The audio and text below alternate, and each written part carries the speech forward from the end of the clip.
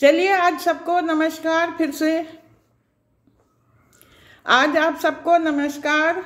हम लोग अभी हनुमान चालीसा पर चिंतन कर रहे हैं, उसको पढ़ते हैं पारी पारी से, उसकी चौपाइयाँ दोहे उठाते हैं और सरल भाषा में उसको समझने का प्रयास करते हैं। और इस क्रम में हम लोगों ने पहले तो उसकी जो व्याख्या है, उसका कारण, उसका महत्व, ये सब समझा। उसके बाद 2 दोहे करे।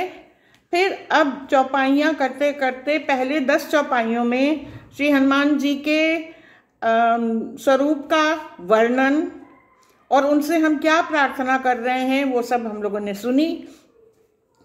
उसके बाद हम 8 चौपाइयाँ और कर चुके हैं, 18 चौपाई तक हम लोगों ने कर ली है, जिसमें कि उनका जो महत्व है, जो कुछ बातें वो बताते हैं, जो कुछ क्रिया उन्होंने करी है, जो हम उनसे समझ सकते हैं, सीख सकते हैं, उनकी प्रतिष्ठा में जो हम उनको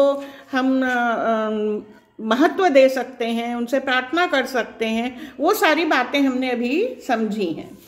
18वीं चौपाई जो हम लोग कर रहे थे पिछली बार, वो थी युग सहस्त्र योजन पर भानु, लील्यो ताहि मधुर फल जानू।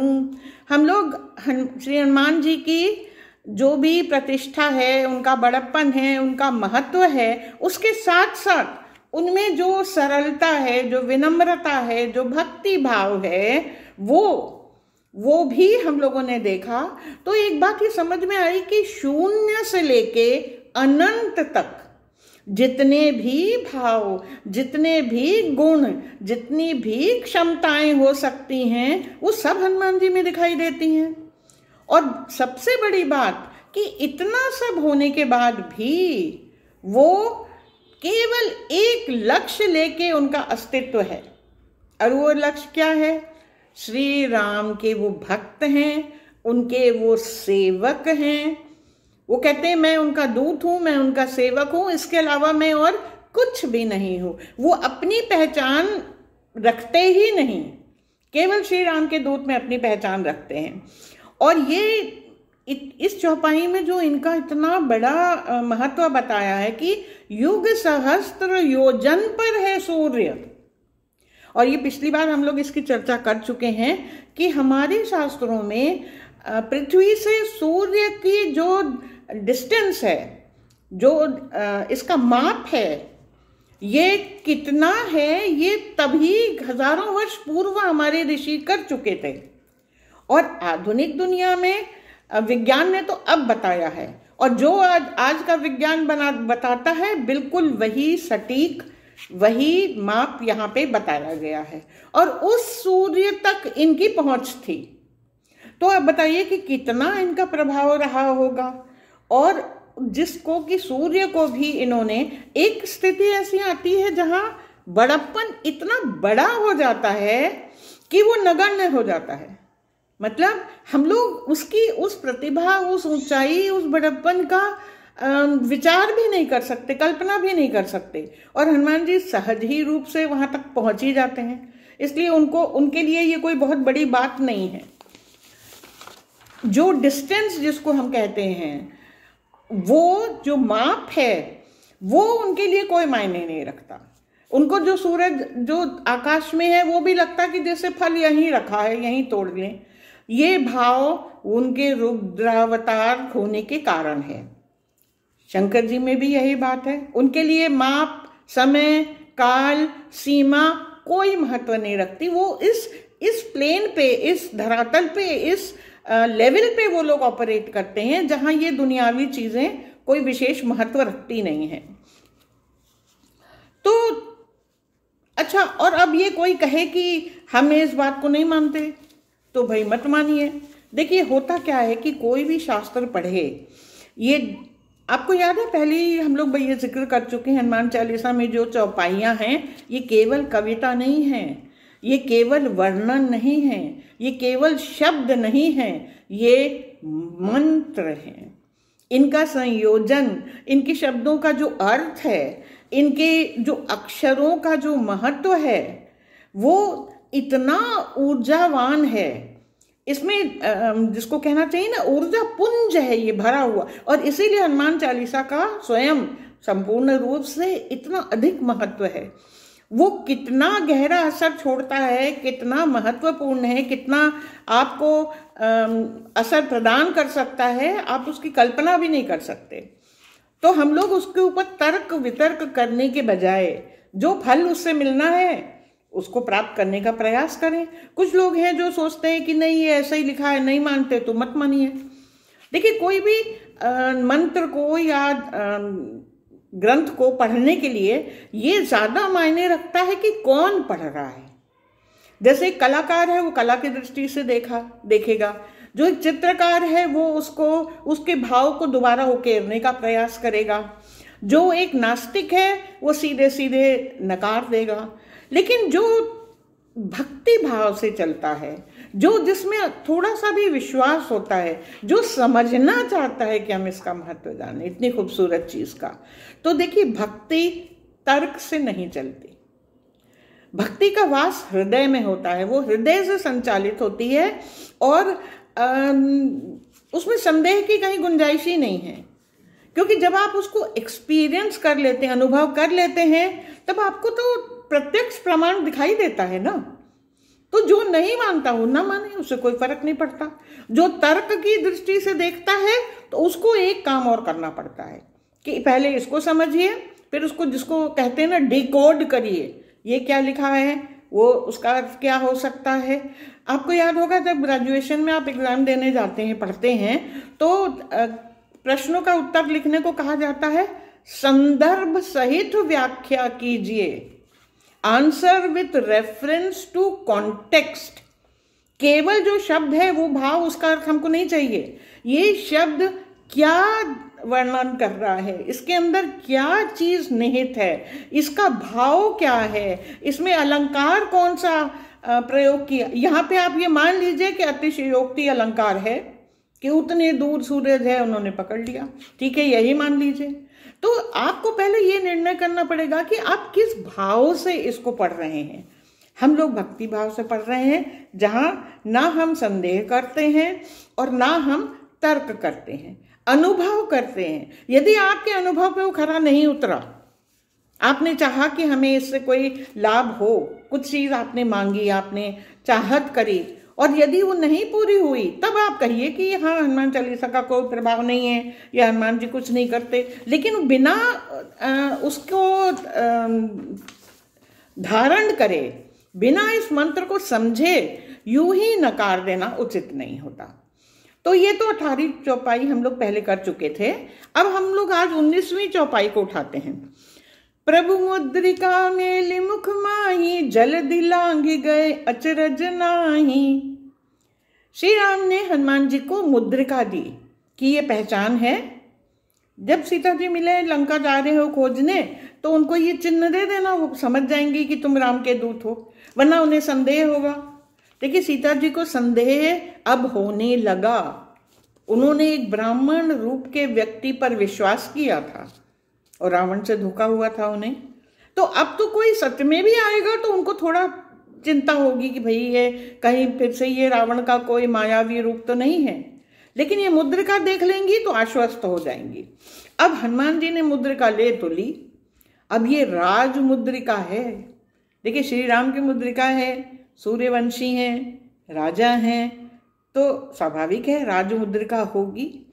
अब इतनी महत्वपूर्ण चीज, देखिए हनुमान जी अपने आप को जो पहचानवा रहे हैं ना, यहाँ पे इतना प्यारा उनका परिचय कि जैसे लाड़ आता है, उन पर दुलार होता है, एक बच्चे के समान है, एक प्यारे के समान है, एक सखा के समान है, एक प्रेमी के समान है, एक सेवक के समान है। हर वक्त वो इतने दुलारे, इतने प्यारे लगते हैं। अब वो अपना देखिए कितने रूप उन्होंने इतने में दिखा दिए, इतनी सी बात में। जब मुद्रिका ली तो सबसे छोटे बन के तो आए हैं वानर रूप में, इंसान भी नहीं है, इंसान की पहले की प्रक्रिया।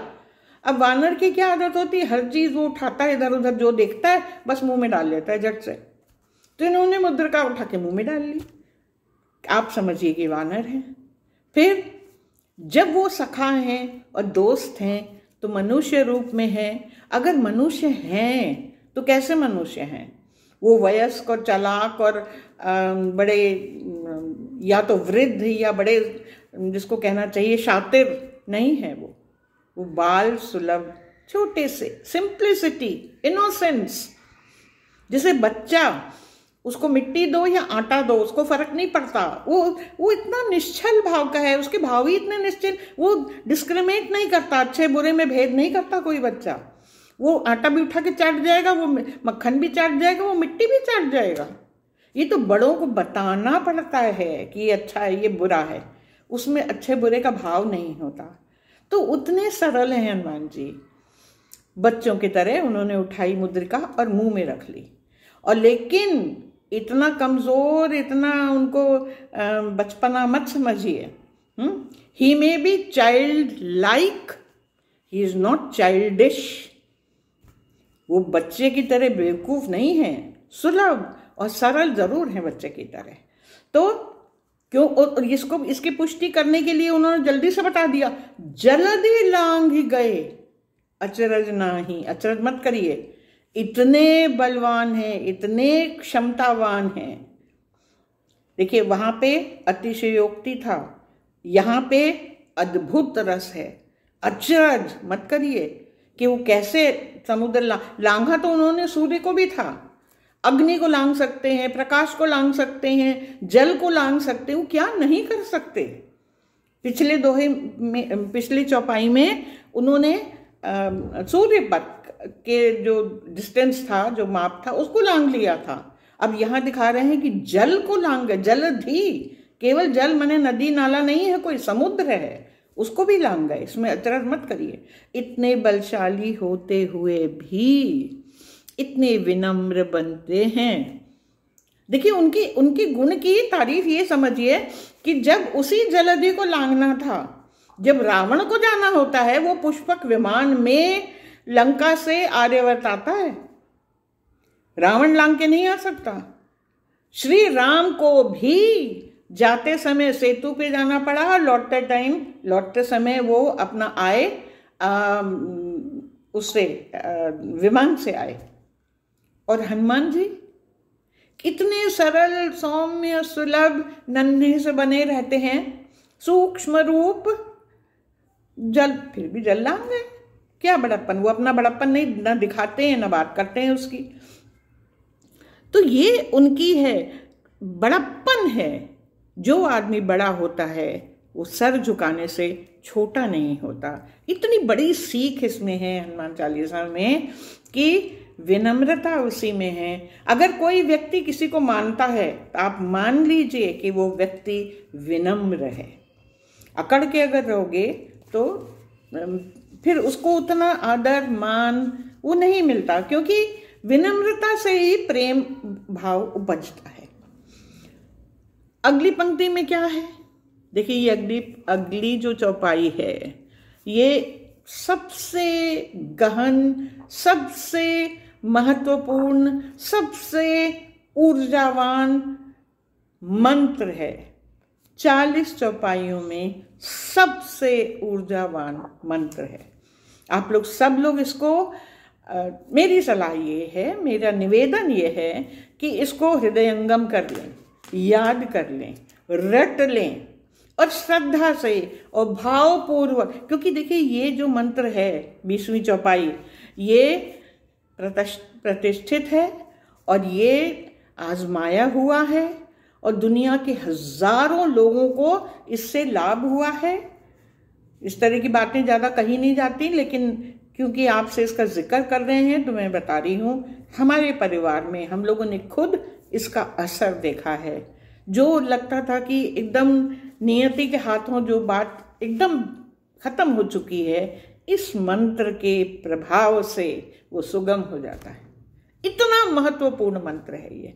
बस श्रद्धा रखिए हनुमान जी में और इसका जाप हमेशा पवित्र मन से करिए, बिना शंका के। जहां शंका मन में उत्पन्न हुई तो कोई बात पूरी नहीं होती। और क्या है ये इतना पवित्र मंत्र? दुर्गम काज जगत के जेते, सुगम अनुग्रह तुम्हारे तेते। कठिन से कठिन कार्य, दुर्गम जो गम्य नहीं है, जो प्राप्त करने योग्य लायक नहीं है। देखिए प्राप्त करने लायक क्या है, अगर आप एक कोई इम्पॉसिबल चीज मांगे तो वो धनवान जी नहीं देने वाले आपको। जो नियत संगत है, जो जिसके आप अधिकारी हैं, वो उसकी आप आशा करिए, उसकी आप उनसे याचना करिए। और यदि, क्योंकि देखिए विघ्न और बाधा तो कई तरीके के आते हैं, कई चीजें ऐसी होती हैं जो आपके नियंत्रण में नहीं है, कई चीजें ऐसी होती हैं कि अकारण ही आपका दोष हुए बिना परिस्थिति के अनुकूल ये इस तरीके के दोष हो जाते हैं। तो ये हम लोग, ये शायद मीटिंग एंड हो गई है, हम लोग इसको अभी फिर अगले भाग में इसको कंटिन्यू रखते हैं।